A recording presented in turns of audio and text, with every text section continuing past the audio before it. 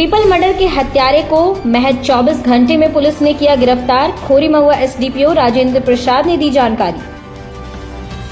खोरी महुआ अनुमंडल अंतर्गत तीसरी के लोकाय नयनपुर थाना क्षेत्र के पन्याय गांव में बीते मंगलवार को 2 बच्चों के साथ एक आदिवासी महिला की हत्या के मामले को महज 24 घंटे के अंदर अनुमंडल क्षेत्र की पुलिस ने उद्भेदन कर आरोपी को सलाखों के पीछे फेंक दिया है, जिसकी जानकारी बुधवार शाम 5 बजे खोरी महुआ एसडीपीओ राजेंद्र प्रसाद ने प्रेस वार्ता कर दी है, जिसमें जानकारी देते हुए बताया कि मृतक महिला के भाई तथा बच्चों के मामा गांवा थाना क्षेत्र के पालमो निवासी पूरन टुडू के आवेदन के आधार पर लोकाय नयनपुर थाना कांड संख्या 3/2025 धारा 193, 238, 3, 5, 2023 के तहत दर्ज कर पुलिस अधीक्षक गिरिडीह के निर्देश पर खोरी महुआ अनुमंडल पुलिस पदाधिकारी राजेंद्र प्रसाद के नेतृत्व में छापेमारी दल का गठन कर एवं तकनीकी साक्ष्य में SFSL की टीम, फिंगरप्रिंट की टीम तथा तकनीकी शाखा के सहयोग से महज 24 घंटे के अंदर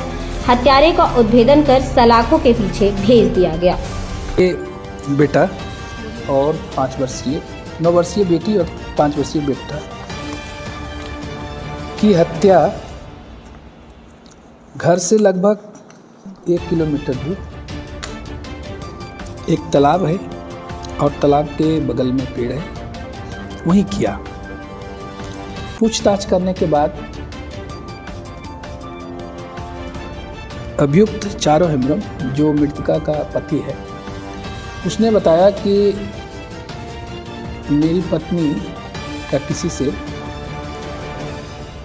अच्छे संबंध नहीं था और इसकी जानकारी मुझे बार बार मिल रही थी। तो उसने घटना के रात के पहले उसने 4 से 5 बजे 3 लोगों के साथ काम करने के लिए शाम को निकल गया। कुछ दूर जाने के बाद तीनों मिलकर ताड़ी पिया। ताड़ी पीने के बाद अपना मोटरसाइकिल, वो 2 साथी थे, उसको दे दिया कि जाइए आप लोग काम कीजिए।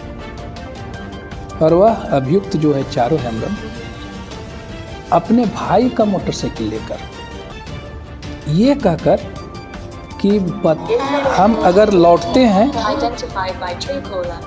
लौटते हैं तो मेरा मोटरसाइकिल का आवाज़ समझकर पत्नी सचेत हो जाती है। तो भाई का मोटरसाइकिल लेकर अपना घर वापस लौट गया। लौटने के बाद बताया कि 10-15 मिनट दरवाज़ा को मैंने 9:40 में वापस हुआ। दरवाज़ा खटखटाने पर खोला नहीं गया। 10-15 मिनट के बाद दरवाज़ा खटखटाया तो उसने देखा कि घर का लाइट ऑफ है। तो उसको संदेह था। संदेह के आधार पर वो अपना लाइट जलाया तो देखा उसका रिश्ता में चचेरा भाई लगता है वो था उसके घर में। तो उसी में नौका झोंकी हुआ। नौका झोंकी के बाद वो लड़का जो था सो भाग के निकल कर भाग गया। उसके बाद अपना दरवाज़ा बंद किया और घर में ही मारपीट पत्नी, बच्ची के साथ करने लगा।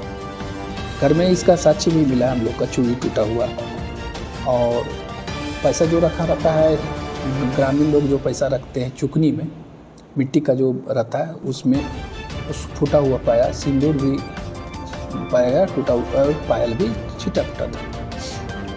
और उसके बाद क्या हुआ, वो महिला अपने बच्चों के साथ निकल के चली गई, घर से निकल गई। ये आदमी शराब में धुत था, पूरा शराब पिया हुआ था। पीछा करते हुए कुछ दूर जाने के बाद सबसे पहले तालाब के किनारे अपनी बेटी को ऊंचाई से नीचे पत्थर था, चट्टान था, उस पर फेंक के पटक दिया, जिससे बेटी चोटिल हो गई।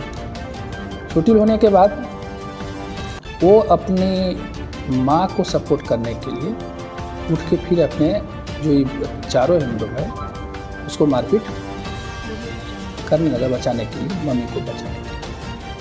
फिर है पुनः ये बेटी को फिर पटक के तालाब में फेंक दिया। इसके बाद वह अपना बेटा था जो 5 वर्षीय बेटा, उसको महिला के ही साड़ी से पेड़ में फंदा लगाकर बेटा को गला में फंदा लगा दिया और कुछ पार्ट उसका जैसे था लंबा था तो एक पार्ट में उसको लगाया, दूसरे पार्ट में अपनी पत्नी को गला बांध करके मार दिया। इसमें जितने अभी तो एक उसका पति गिरफ्तार हुआ है, उसको न्यायिक अभिरक्षा में भेज दिया गया है। साथ में जिसने उसके जो मृतका के भाई जो आरोप लगाया है कि उसका भाई सुनील हेम्ब्रम और मंजलू हेम्ब्रम जो है, तीनों जो है दोनों जो बचा हुआ है, शेष पर अनुसंधान चल रहा है और अनुसंधान की गहराई के लिए पुलिस अधीक्षक महोदय के आदेशानुसार फॉरेंसिक टीम स्टेट की मंगाई गई। साथ में फिंगरप्रिंट उठाने वाले को भी घटनास्थल पर हम लोग बुलाए और डॉग स्क्वाड जो होता है ट्रैकर, उसके द्वारा भी हम लोग अनुसंधान कर रहे हैं। ये चारों हेम्ब्रम के अलावा ये दोनों की संलिप्तता के बिंदु पर अभी जांच जारी है। पोस्टमार्टम रिपोर्ट और ये फॉरेंसिक रिपोर्ट और ये एफएसएल की जांच रिपोर्ट